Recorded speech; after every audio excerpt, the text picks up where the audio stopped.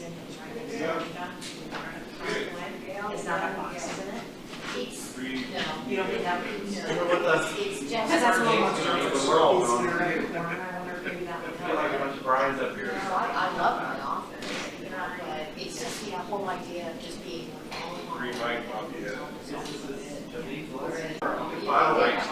File Monday, I think we want to do it. But they've got windows, you know, so. So you file now. I'm so loud. No, I noticed, what not you, I Oh, is it? noticed that when I was on the phone, Leanne was still. Well, you only have to step off if you win. Really? Are you sure? No. I'm pretty sure. No. I hope you're right. Well, No, you're not right. Well, You should ask about that because his people, I've already he's got told the them. notifications from. Yeah. Okay. Once he officially. Your laptop was on, you didn't step off. And I didn't sit in my office and holler at somebody. If I think you're in a copier, I'm like, It's because of the school board. I don't think he was required to step down because I'm on the school board and I'm on this board. Oh, that's right, you're gone, sorry. He just did that. Yeah, I was told you were so on board. That's a city board, yeah.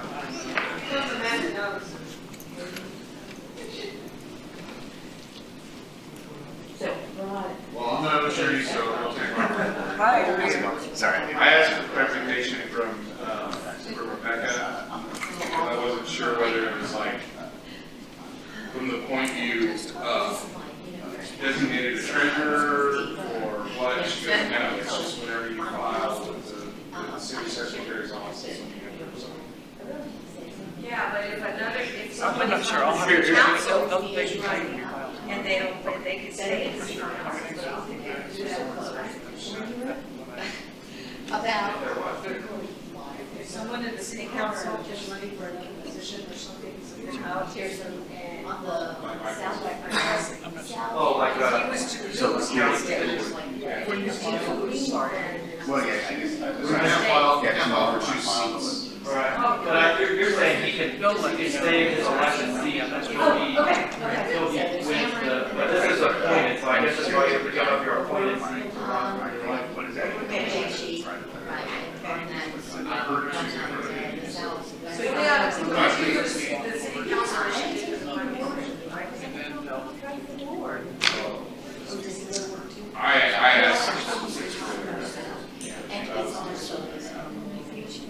I think it's just eligible parent. Not that I don't Yeah. You should. Not yet. Yeah. Let's do that work. I mean, that's great. Hopefully, I think I'll take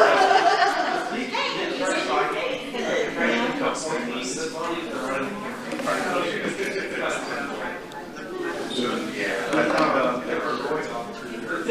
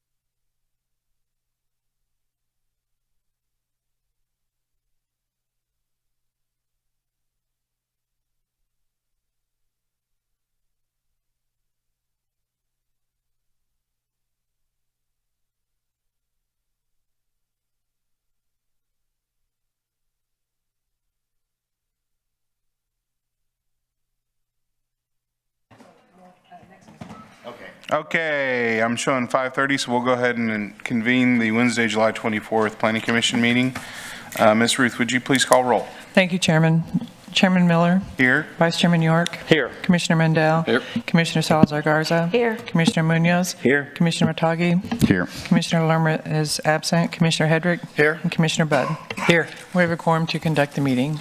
Okay, thank you. Moving on to public comment, would you please read the rules of decorum? Thank you, Chairman. Citizens will be allowed to attend and make public comments in person at City Planning Commission meetings. The public is invited to speak on any agenda item and any other items that pertain to the Planning Commission. Comments are limited to 3 minutes. If you choose to speak during this period, you will not be allowed to speak again when this specific item is being considered in order of the agenda. And I have a sign-in sheet and extra agendas here. If anyone would like to speak, you need to state your name and address for the record. Thank you. All right, if anybody present would like to speak on any items not pertaining to any specific agenda items tonight, now is your chance. I see none, so moving on to the approval of absences, which there are none. Moving on to approval of minutes. Commissioner Mandel, I move that we approve the minutes from July 10th, 2024. I second. We have a motion and a second. All those in favor say aye. Aye. Any opposed? Motion passes. Moving on to consent public hearing, possible action items A and B.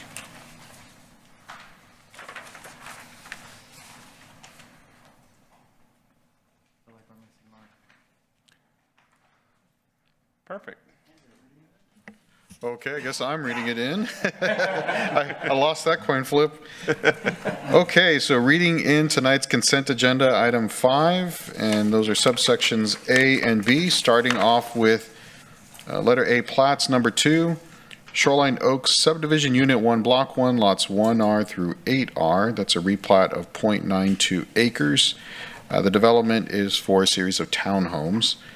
Item number 3, Lexington Plaza Block D, lots 43 and 44, replat of 0.51 acres.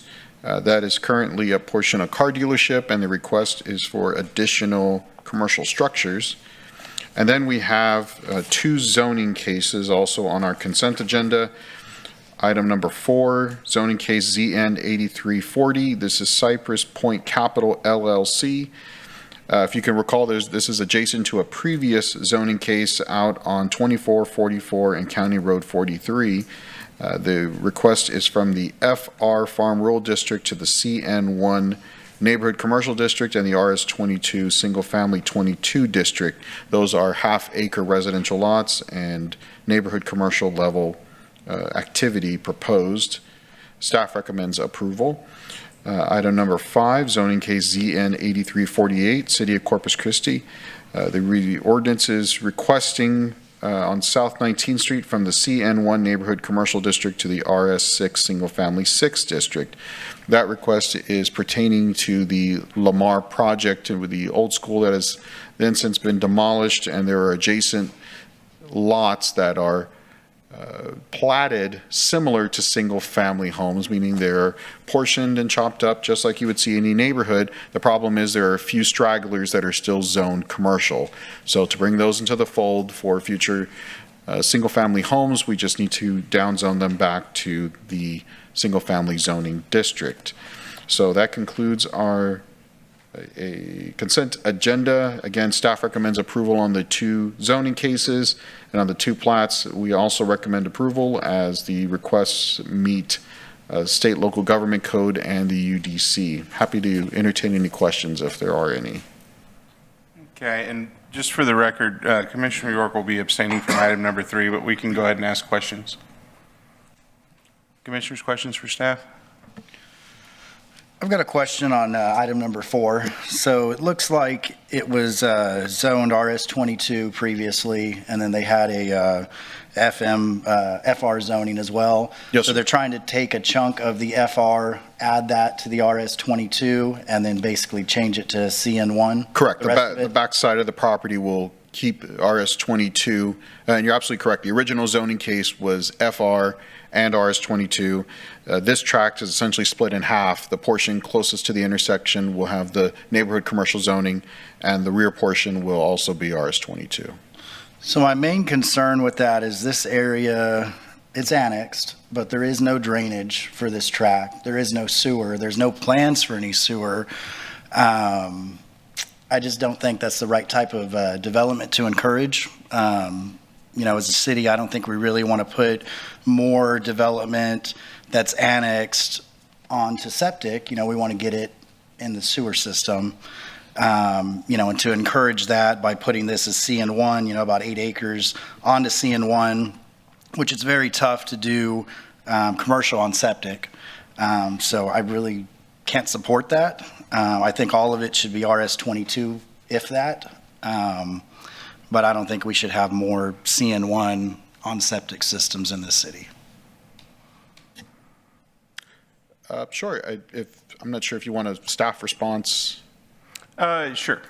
So I wholeheartedly agree with Commissioner. The hard part is at the zoning level, we're just simply dedicating land use. So at a major intersection, it is not out of the realm of unreasonableness to have some type of commercial level of development, since we're talking about the entire corridor of 2444. The catch, which you're absolutely correct, will come at platting. So at the platting stage, the developer will absolutely have to show not only your stormwater runoff, where that's going to go, because historically we have bar ditches along 2444, one, but two, how they're going to address wastewater, because they're having to pull so far from a lift station. So again, at the zoning level, we're just saying, does commercial belong here in the fabric of the neighborhood, yes or no? But at the plat stage, they will have to address how they will obtain wastewater service. Yeah, and I agree with Commissioner Edrick with regards to, we've been talking about this for a long time, especially with the London area, about how we address, as the city continues to grow organically to the south and to the west, how we address all of these, what's going to be pockets of either commercial developments or residential developments that are on septic, that are not constructed to city standards.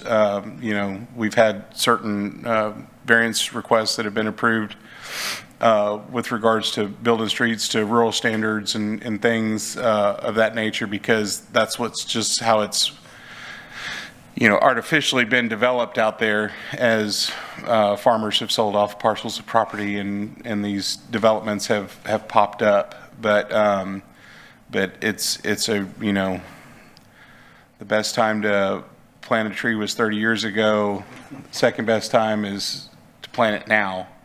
So though I agree with Andrew with regards to land use, however, at the plat stage, and especially with all the different moving parts that we have right now with regards to impact fees and trust funds and all of the development tools on how a city moves out that way, I think some better care needs to be taken at the plat level when addressing these things, because we can't keep having these fragmented developments that are going to inevitably be, issues that the city is going to have to deal with 25 years from now. So.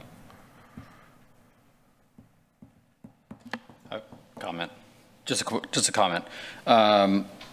My major concern is that if we deny this, this is an opportunity to set a precedent on future land use. And let's just say if we deny it, landowner says, fine, let's just put RS22 along that frontage.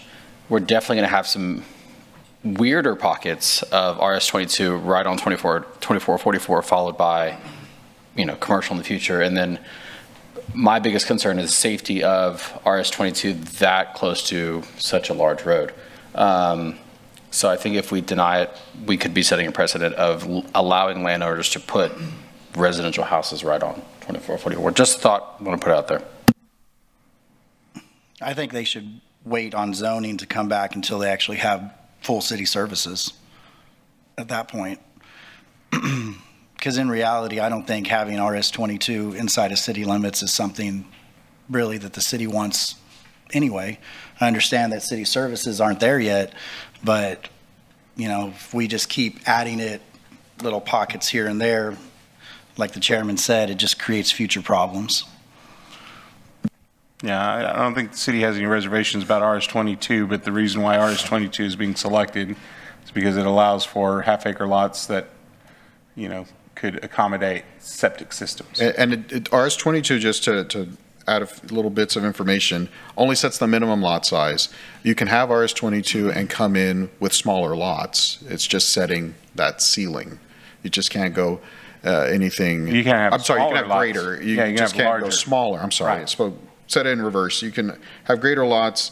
Our future land use map, set by the ADP for London, does encourage commercial along the corridor and medium density, which is even greater. Your RS-22 is low density residential. So we're forecasting to have more density down to RS-6 potentially once utilities and infrastructure reach out that far. But there are no plans for any of that infrastructure to be out, at least on Staples, maybe on the Weber side. But on this side, on Staples 2444, I don't see any plans probably in the next 10, 15 years at a minimum. There are not any plans as of today, but we learned every year, CIP budget opens up and who knows what could be in the future. Commissioners, Elena Buendeo, Development Services. Just to reiterate what Andrew said, that piece of property is slated in future land use as commercial, and a preliminary plat has been submitted and is being reviewed by staff. Okay. I just look at neighborhoods like Lakeview Drive, at Holly and Rodfield, and it's a really cool spot because you've got some larger properties and stuff like that, but you also have a lot of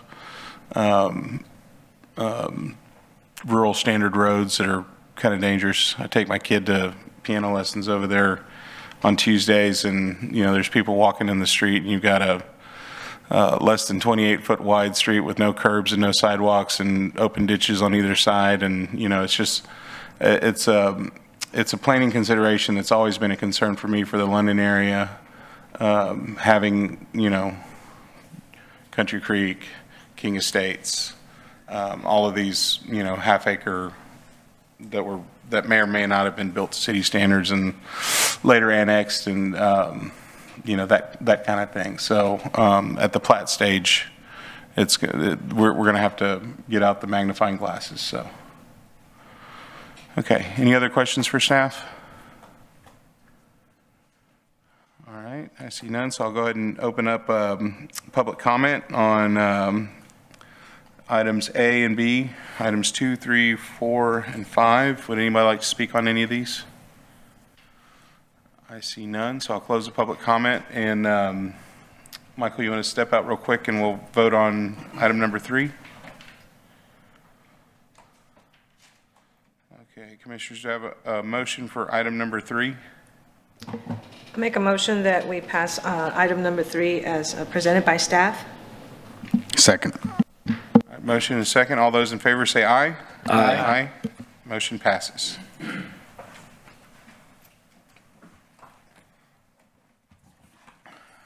Okay. Do I have a motion on items 2, 4, or 5, or any further discussion? I need to ask something. So on item number 4, the zoning, because of what they're discussing, so we know that the city's not going to be planning, you said, Hendricks mentioned 10 to maybe 15 years from now, something to connect to city. How far is it right now? Would that be the developer to have to go in and try to put the connections, or would it be something that the city's the developer will have to wait till the city comes in?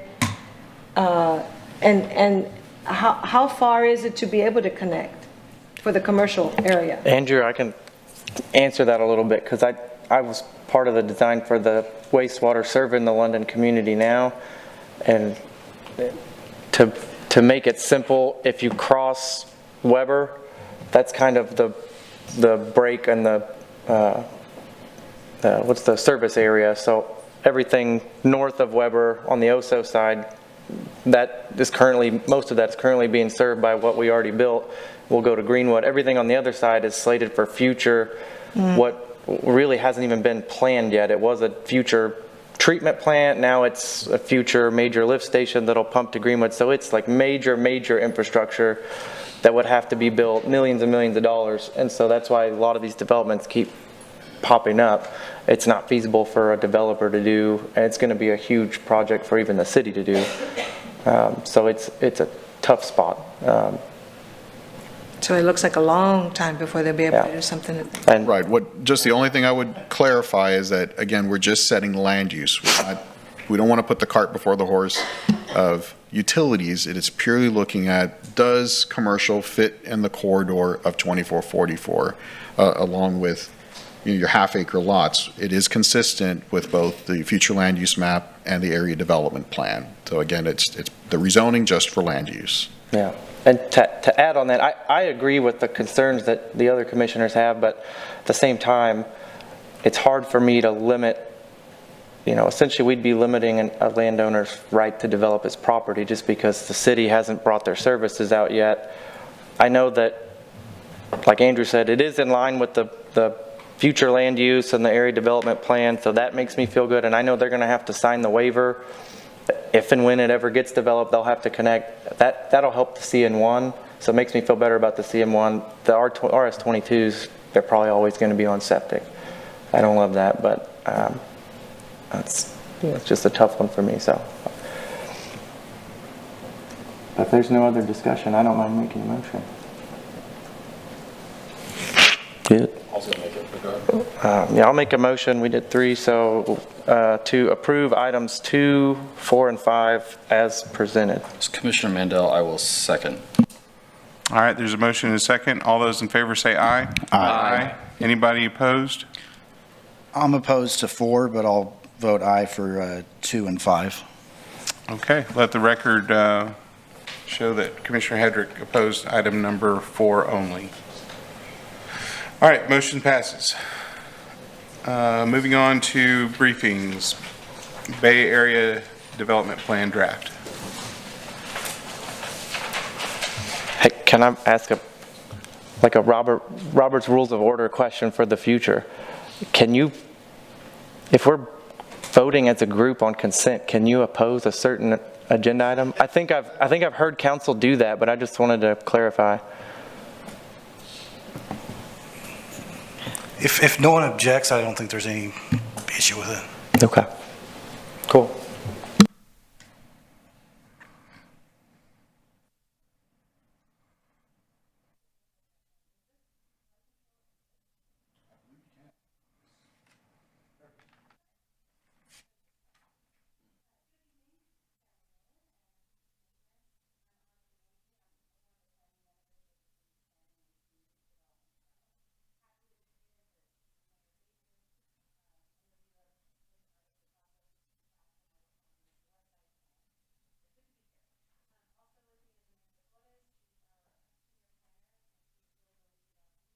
project, doing all the hard work and organizing of people and documents and helping get this presentation together. So thank you, Amanda, for being here.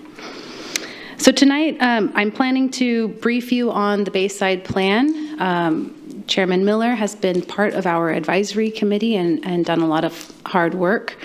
And we are about ready, probably on Monday, to release the draft to the public, the final draft, and to ask the public to review it and let us know if there are any final changes.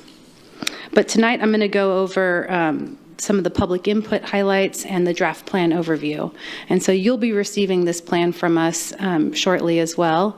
And so this briefing is to prep you to be able to review that plan in detail. So we started, with all of our projects, we start a pretty thorough public involvement process. And we always start with the survey that asks people to help us identify the vision over the next 20 years for this study area. Let me go back. Bayside, many of you probably know, is the area from Ocean Drive to SPID, all the way up to Morgan on the north, and between the Crosstown Expressway and the Oso Bay. So we asked the community, what are their hopes and dreams? What is the future? What do you think the future of this area should be? And that's in our first survey. And that helps us to identify what should be the topics of this plan. So we did our first survey in June 2022, had 588 participants. And there, like I said, we generated the key topics of this plan.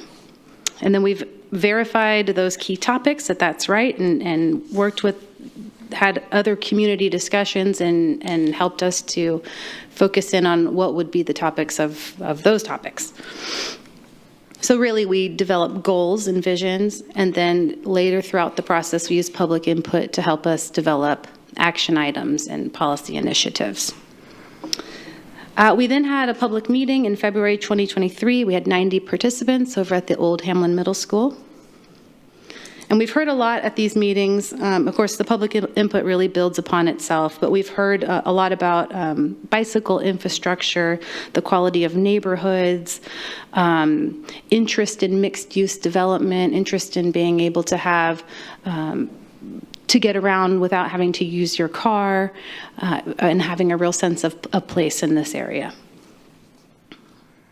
We've heard a lot about Ocean Drive as well, as Ocean Drive is a pretty important road to the entire city, just happens to be in the study area.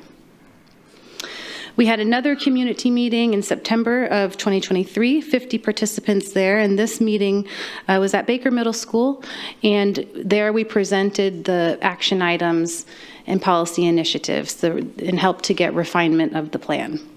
And following that, we had a survey and that really gets people to read the plan and to help prioritize those action items.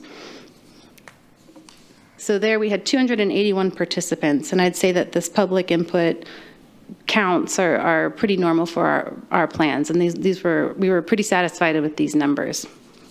I'll also tell you that using the software that we do, we have a website called creatingcc.com. I'm able to tell you that we had 13.3 thousand people involved in this. So 1.2 thousand people were engaged, which means they contributed a comment or took a survey. We have 4.4 thousand people who were informed, which means they clicked on a document. And we have 9.6 thousand people who are aware of this project. Okay, I'm gonna give you the highlights of this plan. So all that public input led us to creating 3 vision themes, we call them. The first one is thriving neighborhoods. And with those, we create a graphic to just really help to illustrate for the public what that might mean. So thriving neighborhoods, this vision theme is about having, well, you can read it there, but these are multi-generational neighborhoods that are thriving with business, with residents, and like I mentioned before, people are interested in being able to walk and bike in this area, so and having a sense of place, having neighborhoods with a sense of place. And so this thriving neighborhood illustrates that concept. Healthy places is the second vision theme. So here, healthy places is about being healthy by being able to walk and bike, being healthy environmentally. The quality of our Oso and Corpus Christi bays was a hot topic for this plan. And so this image here is representing Louisiana Parkway. There are many parkways in the study area, but if you could increase recreational activities or trails, and also if you could increase what we call green infrastructure, so getting stormwater to filter through plants, through grasses and trees before it enters so that it doesn't have to enter our bays. This is what this image is representing here. Our third vision theme is connected network. And this intersection here is an idea for Staples and Carmel Parkway. If you had biking, more options for biking to get to hot areas of our city. There's a lot that happens here at this intersection, I'm sure you know, with the redevelopment of the Parkdale Plaza. So those 3 vision themes, thriving neighborhoods, healthy places, and connected networks, set the framework for this plan. And this matrix is really just illustrating how they all work together. So from there, we developed 5 different policy initiatives that check off helping to meet this vision. And I'm going to go through those. So, well, I'll get to them all, but each of those policy initiatives is going to contain action items and different policy initiatives, as the name says. And I mentioned that our final survey asked people to really review those and help rank them. And so these here are just our top five ranked action items. So under the Business Vitality Initiative, people were most interested in creating a sidewalk network for pedestrian connectivity that helps you get from houses to retail to parks. In our transportation chapter, people were most interested in making it safe and comfortable and convenient for people to get around by bicycles to those same destinations, parks, schools, services, meaning, retail and work.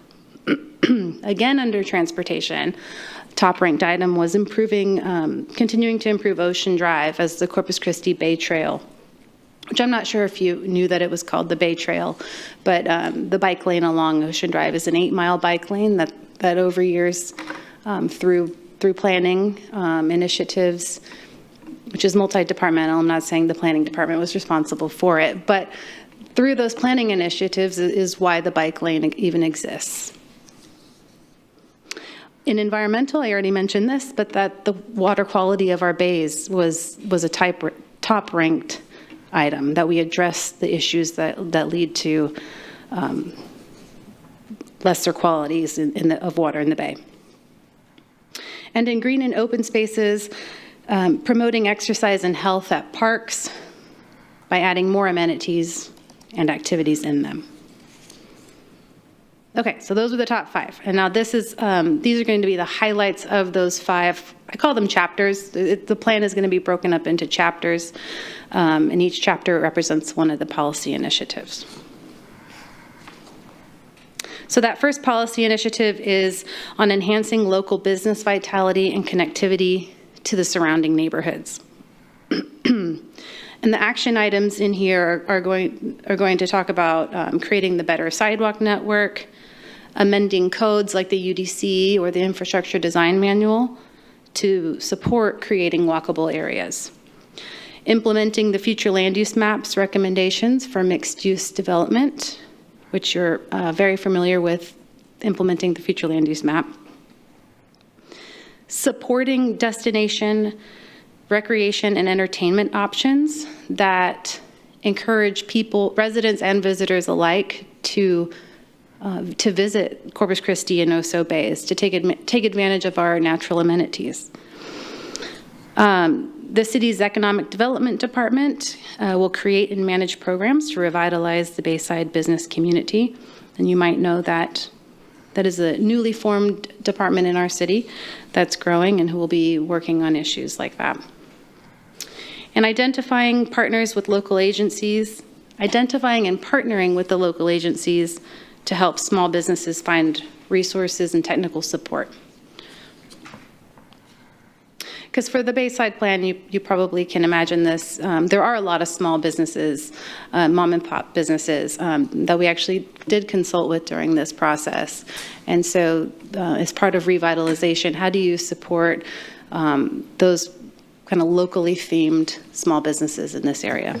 I want to ask something that you're mentioning, because that was a question I was going to ask you. On all the participants in the survey that you did, for the people that came and those that did not come and did the survey, how many of them were businesses versus residents?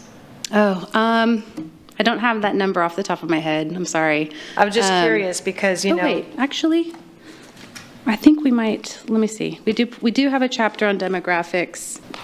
Because there is a lot of businesses out there, well, a lot of residents too, but I think it's just important for the residents, as it is with the business, to speak up on something like that. Yeah, it is. I don't have that number in this draft plan. Okay. But I can follow up with you. I think one of the questions we ask is, do you live or own a business in the study area? I'll have to see if it's broken out that way. I will note that there was several small business owners that were on the Bayside Area Redevelopment Committee. So the small business community was well represented, and we had numerous discussions. One of the things that everybody was excited about that's kind of happened organically without any direction from a development plan or anything like that was all of these nodes of locally owned small businesses that have popped up in some of the older shopping centers throughout the Bayside area, like Meadowbrook Shopping Center and kind of Antique Row and in some of these, in Lamar Park, and so there was good representation from the small business, local small business community on the committee itself. Well, that's good, because I feel, I mean, as a business owner, it's important to get the input from businesses. Mm-hmm. One thing that we heard, I will say there was the advisory committee, but we also had small group discussions. So there were, I know off the top of my head, Rose Soiree is a floral shop. I think it's called Finn's. It's a boating shop, Fin and Feather. Coffee, the coffee shop, Driftwood Coffee. So Bonita, made in Corpus Christi. We had the Economic Development Corporation's small business liaison participate. And one thing we heard that was interesting was that it was hard to find spaces of the right size. So they were either too big or too small. So that was a comment that we heard in our small group discussion and then verified in our advisory committee meeting with someone who was a commercial landlord, that was true. Thank you. Okay, so the next policy initiative, or Chapter 2 as I call it, is prioritizing safe transportation for all. And the high-level action items here are constructing shared use paths along 4 drainage ways in this study area, and I'll show you that later. But those are Louisiana, Carmel, Bronner, and the Galahar-Cullen ditch, which isn't like the other 3, but it's an important major drainage way. Making it safe and comfortable for people of all ages and abilities to walk and bike to the places they need to get to or want to get to. Reducing traffic crashes and ensuring a safe and efficient transportation system. Working with the RTA to improve the safety and convenience and comfort of riding the bus. And continuing to improve Ocean Drive as the Corpus Christi Bay Trail.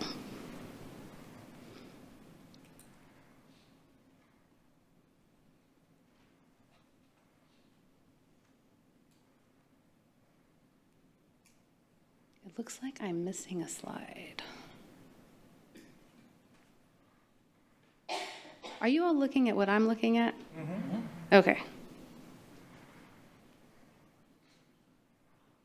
Let me see if it's here. Okay, I must have misordered some. I apologize, I'll have to go back. The 3rd chapter is understanding and addressing bay-related environmental issues. High-level action items here are implementing the ideas of the draft Coal and Ropes Park Bacteria Reduction Implementation Plan. This is a has been in progress for a long time it's like a grassroots effort that TCEQ has required. And so there are many ideas in there and that address landscaping on public and private property. And I kind of mentioned earlier how filtering stormwater through landscape can help reduce the amount of stormwater going into the bay and can also help filter out contaminants. So implementing some of those ideas from the I plan. Addressing bay water quality. We have some of the catchments, I think they're called, which are pretty new. Here at Corpus Christi Bay, we've installed debris catchments. So that's one step and mentioned here in this plan to continue supporting that kind of program in terms of water quality. Collaborating with agencies to mitigate actions or to include mitigation actions on our local hazard mitigation plan. And the intention of that plan is to address the city's vulnerability to hurricanes and other natural disasters. Addressing erosion along Corpus Christi and Oso Bays, that idea is in this plan, and that's something that has been discussed amongst various water shore committees and parks committees. Supporting ongoing trash and pollution reduction efforts and expanding those programs and funding for those improvements. Okay. The fourth chapter is on improving green and open spaces. So here we're talking about promoting exercise and health at parks by having more amenities and activities. And also, as I mentioned before, simply improving connectivity to those parks, so being able to walk to them. Exploring opportunities to enhance open spaces in the Oso Bay area with environmentally sensitive to design. So there is a whole direction towards living shoreline is a term that you might have heard, but there are ways to do environmentally sensitive design close to the Oso Bay, or close to our Oso and Corpus Christi bays. Designing drainage channels to allow park-like amenities that have natural ground cover. And working with local animal care organizations to create and implement an action plan to reduce stray and loose animals in parks and neighborhoods. So that is something we heard about it in the West Side Plan, and we did hear about it in the Bayside Plan. So that affects people's ability to get out and exercise and to get to their green spaces, or to wherever they might want to be walking. The fifth initiative is on housing, so introducing and supporting more housing options. We should develop a city infill reinvestment policy, which we have done some of those things. We have the infill housing incentive program, and so continuing to support that program, creating opportunities for what we call the missing middle housing types. If you're not familiar with that, that's all the housing that's in between a single family house and a giant apartment complex. So the duplexes, the triplexes. Conducting a housing assessment that includes the local higher education. So what do the universities and what does TAMUCC and Del Mar College need? Support aging in place. Developing a toolkit for housing renovation. So it doesn't always have to be a new house, right? How do we support the renovation of existing houses? And with that, or similarly, supporting preservation of historic homes and supporting efforts to reduce the number of people who are unhoused. Okay, now I have to go back a little bit. Okay, we have a future land use map updated and adopted with each of these plans, and you're very familiar with what these look like. The baseline is supporting it through code amendments, like in the UDC amendments proposed at one point that will probably come back. There was districts for mixed use, or some amendments to make mixed use development easier. And so implementing the future land use map through supporting rezonings for mixed use in these areas is a major theme of this plan. So related to our future land use map, one of the unique ideas in this plan, or unique to the Bayside area, is that the RTA has in their long-range plan what's called bus rapid transit. And so this plan I mentioned before talks about improving the convenience and comfort of riding the bus. But the bus system also needs more riders, right? So it's a good idea in urban planning to make sure that you have people with close access to the bus routes. So having development that provides a higher density of housing and maybe a more walkable commercial development along a bus line accomplishes several goals. Reduces traffic congestion, reduces the reliability of lower income households to have vehicles, increases exercise, by just walking. And it gets more people to ride the bus. But bus rapid transit is, what it is a more convenient and direct path. So this proposal in the RTA's long-range master plan is for a bus to be able to go from Staples, down from City Hall, down Staples to McCardle, and frequent stops. And ultimately, it could have a larger bus called an articulated bus, but that's what's shown in this image. It's like a double bus.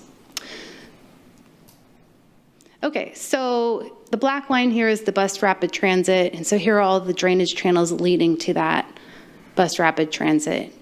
And you already have commercial nodes along this route. You have Parkdale Plaza, all the major roads intersect Staples. So I think it presents a unique opportunity in this area. And what if each of the drainage ways had a trail that led to, or a path that led to Staples Street? Also on this route is the Sunrise Mall.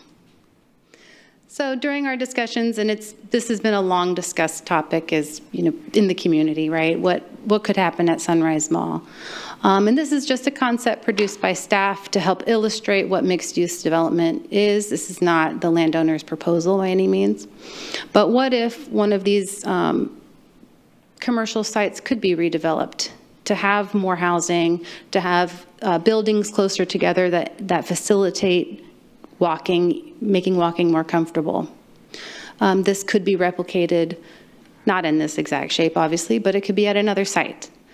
And that's what this plan is really talking about. So connecting transit, biking and walking, and urban design. This is urban, how that can make for a better Bayside area. We also have a few proposed bicycle mobility plan amendments. So in this plan, we are asking to add Ayers Street, Alameda, Santa Fe, Staples, Gaines, and Airline to the bicycle mobility plan.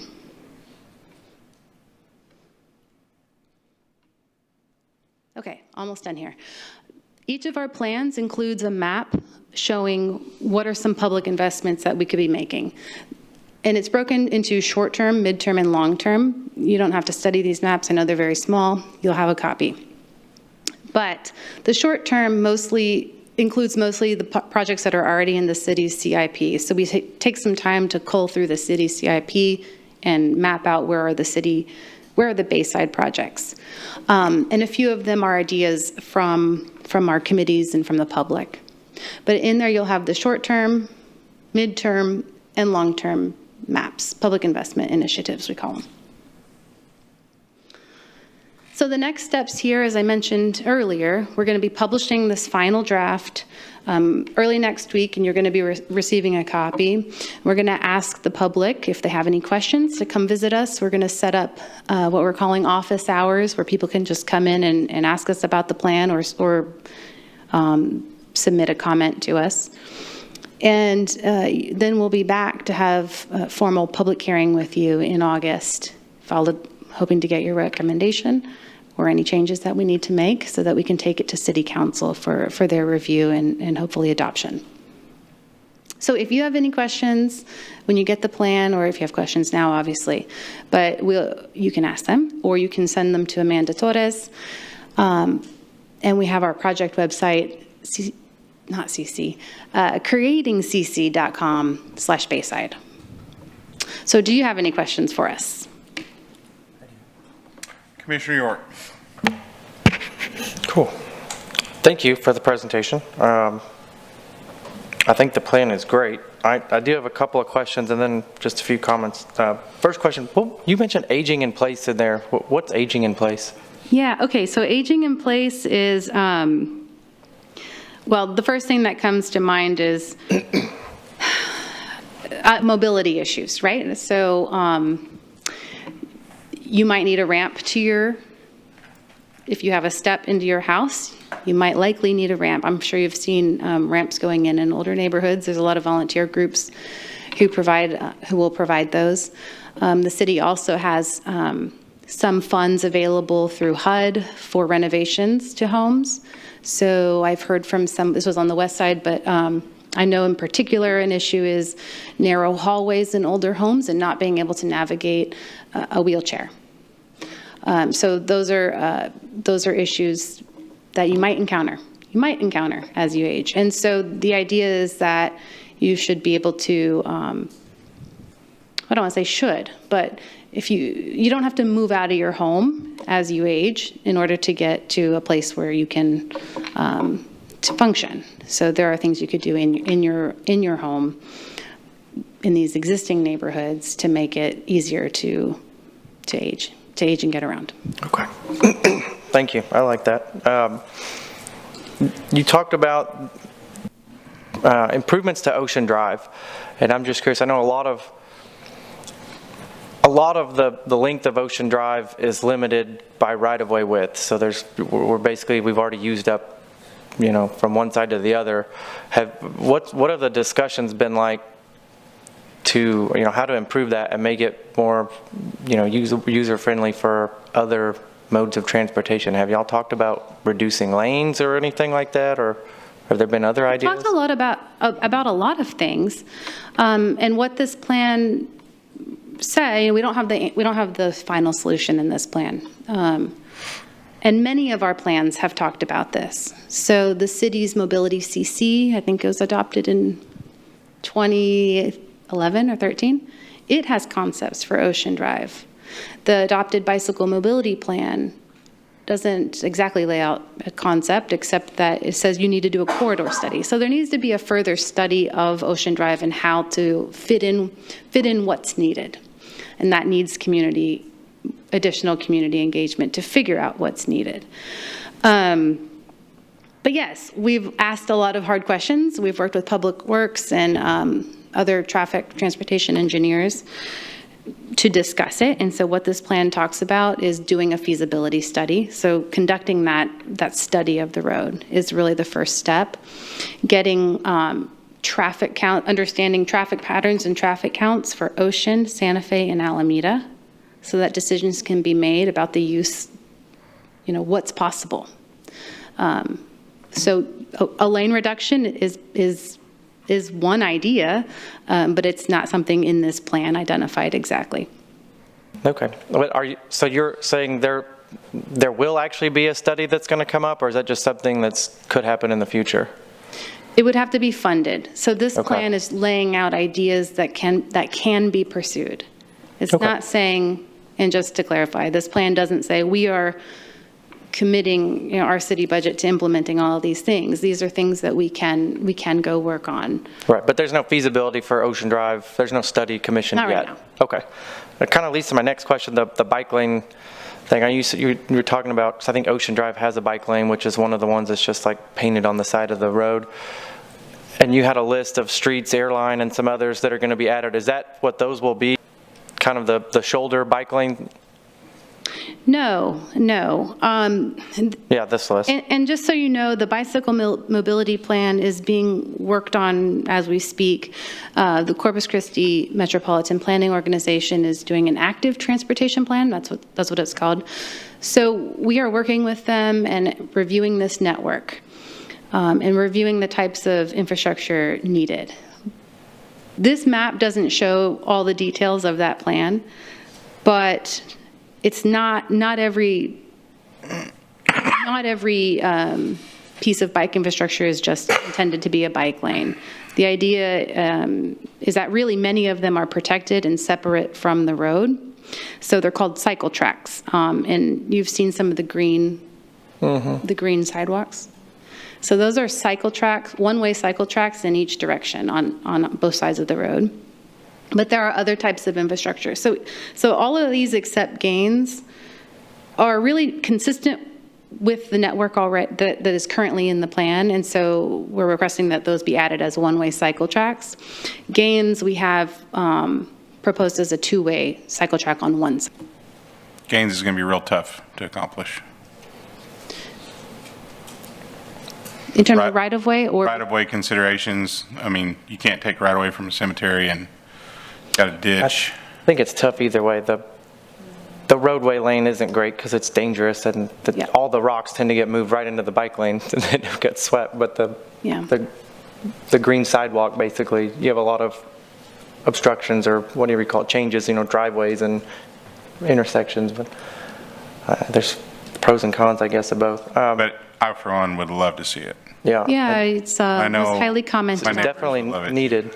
One comment I wanted to make, I didn't see anything in here about it. I'm surprised. I think if somebody said the word, then everyone would talk about it. But for all these things, which I think are great, by the way, like you had shared use paths, sidewalk networks, new sidewalk networks, using green and creating new green and open spaces, and then, creating parks in the drainage areas.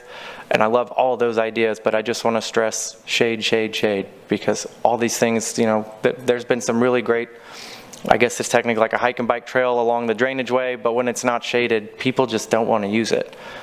So if whatever we can do on these plans to stress that we need trees, shade structures, anything, I think would be really helpful. I think that's all. Yeah, we do actually have some ideas on that proposed, and that was there's one public comment running through my head right now. Just plant some trees is what they said. Would go a long way. Yeah, it was the nicer version. Yeah. But yeah, in this plan, it talks about even some code amendments you could do for landscaping that might encourage trees in the right spot along the trail. I think that if would you're be- having to plant them already, so. That's one thing I've always wanted to see. I hope that's in our plans. Like you go to these other cities and they have trees in the right of way, and we just. But that made me think of the last thing I wanted to say. You had some things which are really cool in here, because I do drainage design, and you had like the drainage filtration and with landscaping, which I think is really cool, but it requires a lot of maintenance, and our city has not been great on maintenance of landscaping. So I think it's important to put in that plan to make sure that maintenance, a maintenance plan and a budget for that is included whenever that's planned for, so that if it's built, it actually, gets done right. Because those things, those filtration systems, they don't get maintained, then they just clog up, and then everything dies, and then we just have grass. Yeah, thank you for that. That's a common theme that we hear a lot, especially when we're working on these street right-of-ways. But anyway, that's all I had. I think this is great. I love the plan, and I can't wait to see some of this stuff either studied further or, start to implement some of these things. So thank you. Thank you. Any other questions or comments for Ms. Yankee? I appreciate you coming by and giving this presentation. I think it's a great plan. Hopefully it does come to fruition. That's the biggest thing, is us following through with it. I grew up on this side of town. My parents still live over on this side of town. A lot of folks over here stay put. They really don't go to other areas of town. They always say, well, we don't want to go to the other side of the freeway. So there's a lot of folks that kind of have that same mentality. Just kind of echo on what Commissioner York said. I think maintenance is the biggest thing. I don't want to beat a dead horse, but of course you've heard it a million times. We plant a lot of nice trees. We do a lot of nice landscaping. We fix up these roads and trails. They're beautiful, but then, 2, 3, 5 years later, they're just not nice anymore. So if we can, do this plan, but have some sort of financing or some sort of mechanism in place, budget, to make sure that we do maintain it. It's the biggest thing. Yeah, and I echo, because, Annika grew up on that side of town, you grew up on that side of town. I'm one of the ones that grew up on that side of town and still lives within, I could probably, hurl a rock at my childhood home. So I don't want to leave. I think the most important thing about these Bay development plans, land use maps, everything is communication to all of the different departments that have input on it. And, I look at a lot of these projects and a lot of these drainage projects and stuff, I'm hoping that council puts forward the, coastal resilience type A sales tax, put that on the ballot, because a lot of these projects could be funded with those dollars, the shoreline erosion projects and some of the bioswales through the existing ditches and things like that. But, last year, unfortunately, this commission granted a variance because there wasn't enough communication with what we were doing on the Bayside plan for the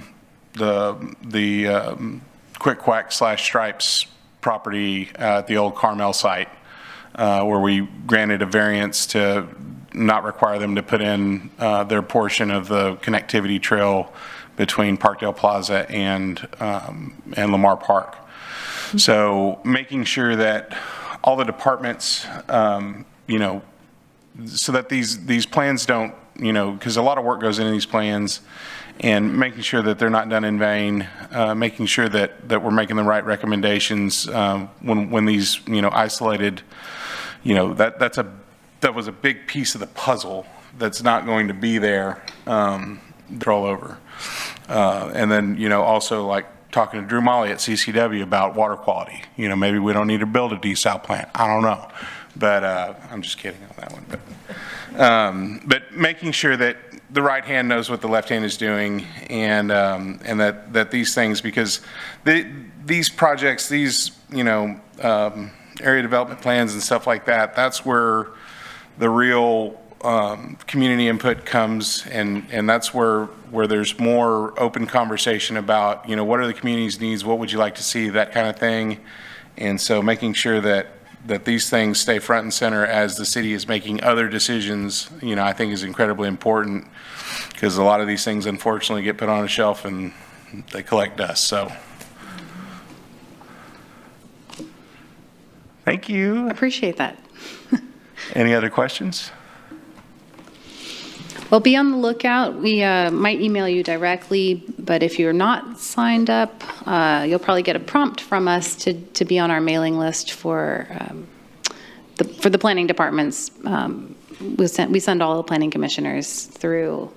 It'll come from planning@cctexas.com. So check your junk in case you have problems there, or right. Just call us, please.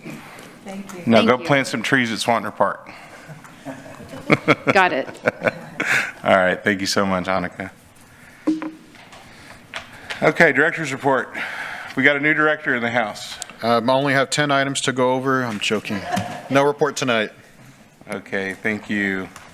All right, if there's no future agenda items, this meeting is adjourned. Thank you. Well, I